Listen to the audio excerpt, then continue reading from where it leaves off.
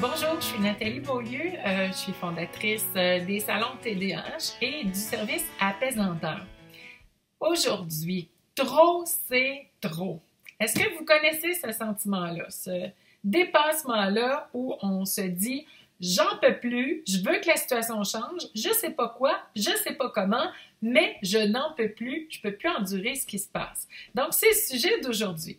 Au niveau du TDAH, qu'est-ce que je fais avec une personne que j'accompagne dans ma vie ou quand moi-même j'ai un trouble du déficit de l'attention avec ou sans hyperactivité et que je me sens dépassée, que je suis en colère, que je suis fatiguée, que je suis épuisée, que je suis découragée. Est-ce que ça vous dit quelque chose, vivre ça? Alors, dans l'expérience que j'ai eu un parcours d'enseignante au secondaire et ensuite de maman de 4 enfants et même avec un 5e qui est en fait mon beau-fils. Et puis, j'ai appris à vivre avec cette situation-là de façon passagère avec un conjoint qui était TDAH aussi. Ce que je vous propose, c'est de vous partager quelques trucs, quelques astuces qui m'ont permis de passer à travers certaines situations, qui me permettent aujourd'hui encore d'aider d'autres personnes à modifier leur contexte de vie par ces astuces-là. Donc, je vous invite à écouter la vidéo jusqu'à la fin pour pouvoir bénéficier de ces informations-là et de ces idées-là qui pourraient peut-être faire une différence pour vous. Donc, d'abord, je consulte mes notes pour bien d'abord vous livrer ces informations-là. D'abord, dans le contexte, quel est le problème? Quelle est la situation qui est un poids pour vous actuellement?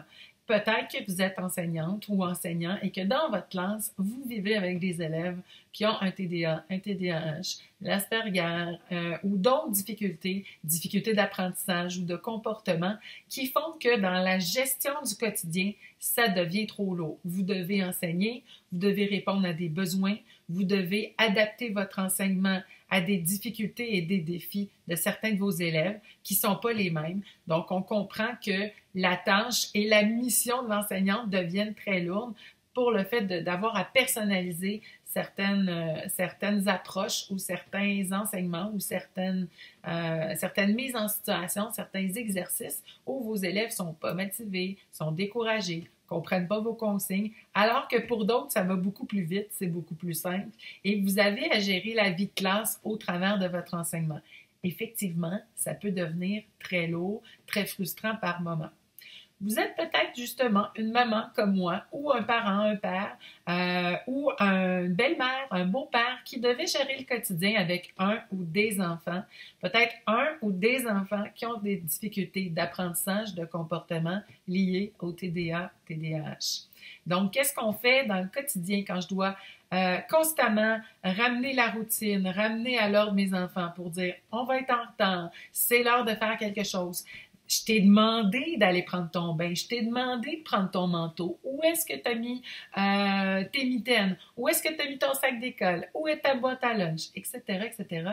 Ce genre de questions-là peut devenir pénible à rappeler constamment. Peut-être que c'est d'autres types de difficultés, par exemple, mettre vos règles en place et qu'elles soient constamment mises à l'épreuve, que votre enfant ne vous écoute pas, qui est opposant, qui demande constamment pourquoi, qui refuse, qui dit oui, mais qui agit comme si c'était plutôt non. Donc, ça peut être des poids qui sont très lourds et usants dans le quotidien.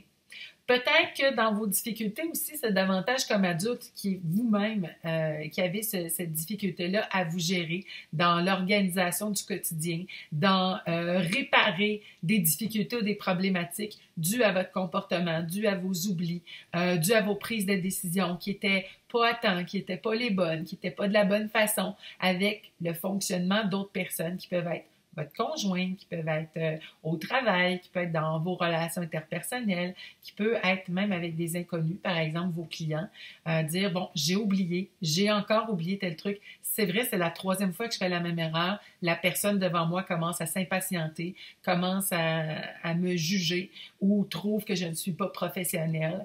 Je me décourage. je suis en colère après moi, je suis fatiguée, je me sens impuissant, je ne sais pas quoi faire avec ça. Bref, je pense que vous avez compris le contexte. Qu'on soit parent, qu'on soit adulte, qu'on soit un collègue de travail ou que ce soit avec un supérieur, même de quelle façon je fais quand trop, c'est trop, quand j'ai dépassé mes limites. D'abord, on va comprendre un petit peu ce qui se passe. Si trop, c'est trop, c'est parce que vos besoins ne sont pas respectés. Est-ce que vous les connaissez, vos besoins? Est-ce que vous êtes capable de nommer dans la situation qu'est-ce qui est stressant, qu'est-ce qui est usant, qu'est-ce qui vous met en colère et quels sont vos besoins d'aide? Donc, première chose à faire, c'est de prendre un recul sur la situation. Évidemment, quand je suis en colère, quand je suis stressée, quand je suis impuissant, quand je suis dans mes émotions ou encore quand je suis dans une situation qui requiert des moyens d'action et d'être vraiment dans un air d'aller, dans un contexte où je ne peux pas prendre de recul, eh bien, je vais me contenter de terminer la situation et de faire de mon mieux. Mais on se trouve d'abord, ou une fois que la situation est passée, un moment de recul où on va réfléchir à la situation. Qu'est-ce qui se passe? Et ne pas revivre les émotions. Par exemple, aller prendre un café avec sa meilleure amie ou avec un de ses amis, aller sortir pour laisser tomber la pression, prendre une distance et revivre complètement ces émotions-là et la situation en reparlant, en laissant aller toute sa colère, en expliquant tous les détails de ce que l'autre a fait de pas correct ou dans quelle façon, par exemple, je me suis mis les plats dans les pieds et que j'étais mal. Donc, le but du recul, ce n'est pas de revivre la situation et de la rejouer sans cesse. C'est plutôt de regarder la situation comme un spectateur et regarder qu'est-ce que ça nous fait à l'intérieur et dire, bon, quand j'observe la situation, quand je vois le film devant moi de ce qui s'est produit, quelles étaient les difficultés, comment je me sentais, de quoi j'avais besoin. Est-ce que j'avais besoin de temps? Est-ce qu'il me manquait d'informations? Est-ce que j'étais dans une situation où mes limites étaient dépassées? Est-ce que j'ai pris les responsabilités de quelqu'un d'autre qui aurait dû les prendre? Même si c'est mes enfants. Savoir s'habiller à 5 ans, 6 ans, 7 ans, je pense qu'on peut être autonome là-dedans. Donc, si c'est moi qui habille encore mon enfant parce qu'il ne veut pas le faire lui-même, pour toutes sortes de raisons, bien, c'est mon enfant qui ne prend pas sa responsabilité et il faut aller trouver le pourquoi. Donc, une fois que j'ai pris le recul puis j'ai identifié qu'est-ce qui se passe qui ne fonctionne pas, qui est pesant pour moi, je regarde ensuite d'où est-ce que ça vient, cette situation-là? Comment elle a été créée? Est-ce que c'est, par exemple, je reprends la situation des vêtements avec un enfant qui ne veut pas s'habiller. Par exemple, bon, c'est le matin, on commence à être en retard pour se rendre à l'école. Donc, on sait que la routine ne sera pas respectée. On sait que dans le rythme de travail, il y a quelque chose qui ne fonctionne pas. Donc, quand je reprends la situation plus tard avec mon enfant ou à part de mon enfant, je peux regarder qu'est-ce qui fait que ça ne fonctionne pas. Est-ce que mon enfant met des vêtements qui sont trop serrés pour lui, puis dans le fond, il y a une hypersensibilité parce que ça frotte, ça pique, ça blesse, il se sent pas beau? Est-ce que, par exemple, dans la discussion, on va se rendre compte que mes amis, ils rient de moi quand je mets tel chandail ou que j'ai tel style vestimentaire, alors je ne veux plus m'habiller, j'ai plus le goût d'aller à l'école, j'ai pas envie de subir ça ce matin, j'aimerais mieux faire semblant d'être malade et prendre une stratégie d'évitement. Donc, quand on va à la source de la difficulté pour comprendre ce qui se passe, vous allez peut-être faire des découvertes. Qu'est-ce qui se passe du côté de l'autre personne? Qu'est-ce qui fait qu'il y a de l'opposition?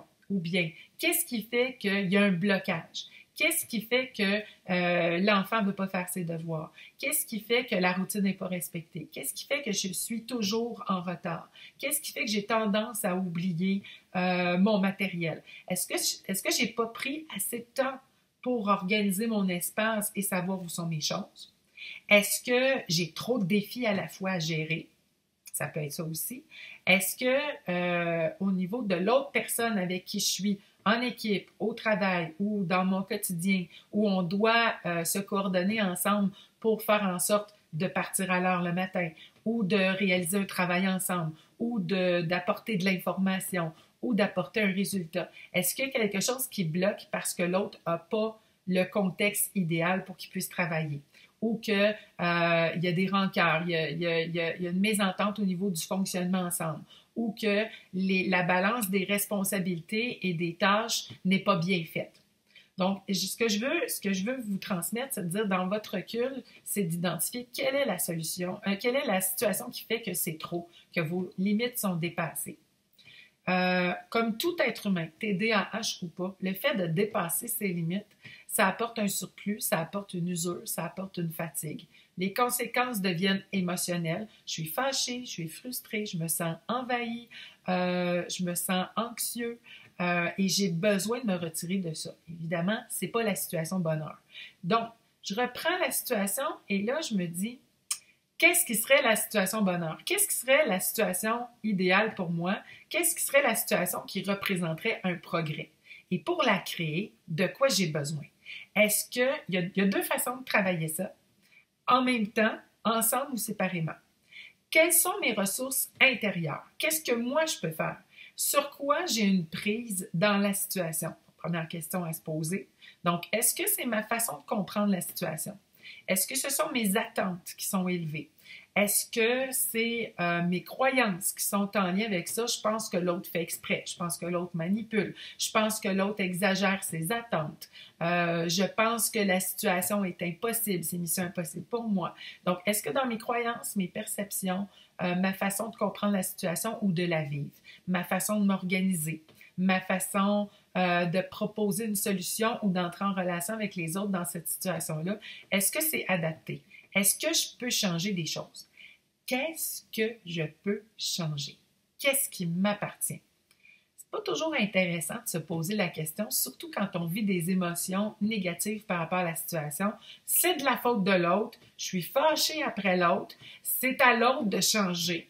Eh bien, là, je n'ai pas de pouvoir sur la situation quand je dis que c'est à l'autre de faire les choses. Par contre, si je regarde qu'est-ce que moi, je peux faire dans cette situation-là, est-ce que j'ai besoin de répit? Est-ce que j'ai besoin de dire à l'autre, ça, j'accepte ça et ça, je refuse ça? Est-ce que j'ai besoin de mettre mes limites? Est-ce que j'ai besoin de proposer une autre façon de travailler qui me convient davantage? Donc, qu'est-ce que je peux faire? Qu'est-ce que je peux dire? Qu'est-ce que je peux transformer? Ou qu'est-ce que je peux peut-être apprendre à accepter dans la situation? L'autre fait énormément de bruit, ça ne changera pas. Il y a des tics nerveux ou il y a besoin de pratiquer un instrument de musique. Je ne sais pas, moi, mon enfant a besoin de pratiquer un instrument de musique, puis ça fait énormément de bruit et ça se passe toujours à la même heure, à l'heure où moi, je dois parler à un client en ligne ou à un moment de la journée où c'est insupportable pour moi, ou peut-être, peu importe le moment de la journée, j'ai une hypersensibilité, je ne suis pas capable de supporter ce bruit-là. Donc, qu'est-ce que je vais faire? Est-ce qu'il y a possibilité de m'éloigner? Est-ce que, non, je ne peux pas parce que je suis le seul parent, l'enfant est trop jeune. Est-ce que quelqu'un peut me remplacer? Donc, c'est d'aller chercher des ressources extérieures. On regarde quel est le problème, quelle est la solution. Donc, soit que moi, je m'occupe de la situation, et peut-être que l'autre doit s'occuper davantage de certaines responsabilités qu'il peut prendre en charge, mais qu'il me donner parce que ça ne lui tente pas, parce qu'il ne sait pas comment faire et qu'il a besoin de grandir dans cette situation-là pour que moi, je lui remette les responsabilités qui lui appartiennent, je lui permette de le faire grandir dans ses défis et que moi, je récupère ma capacité normale de responsabilité, de défis et de tâches. Donc, il faut aller équilibrer tout ça. Est-ce que je peux le faire intérieurement avec mes attitudes, en allant chercher de l'information à l'extérieur, en me formant davantage, ou est-ce que je dois aller à l'extérieur pour aller chercher des solutions, du répit, du gardiennage, du remplacement, un professionnel qui peut s'occuper de la partie de tâche dont je ne suis pas capable pour l'instant de m'occuper? Est-ce que c'est demander un petit peu plus de souplesse à une personne qui travaille en collaboration avec moi? Est-ce que c'est de nommer mes attentes?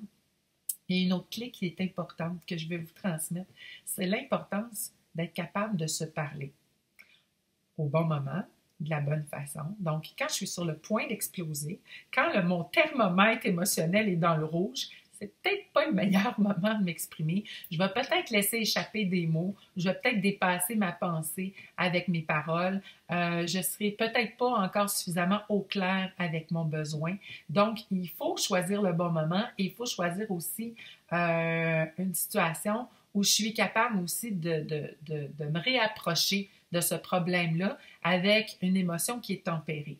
Pour être capable de rester dans la réflexion, pour être capable de rester dans la collaboration et ne pas réactiver mon système nerveux avec tous ces mécanismes de défense ou peut-être d'attaque. Donc, évidemment, si on va voir la collaboration de l'autre, être dans l'attaque, être dans la fuite, c'est pas très, très gagnant, mais être capable de nommer qu'est-ce qui se vit pour moi, qu'est-ce qui se joue à ce moment-là, et sans nécessairement entrer dans une grande psychologie, une énorme analyse, de dire mon besoin, le voici.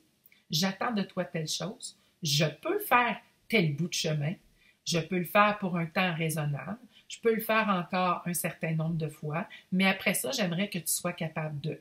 Je peux t'accompagner à améliorer telle chose et que tu sois capable ou pas, moi, je vais avoir besoin de me retirer de la situation parce que ça ne m'appartient pas ou ça m'appartient en partie et j'ai des besoins à répondre aussi pour continuer dans ce contexte-là à collaborer et à être bien avec toi.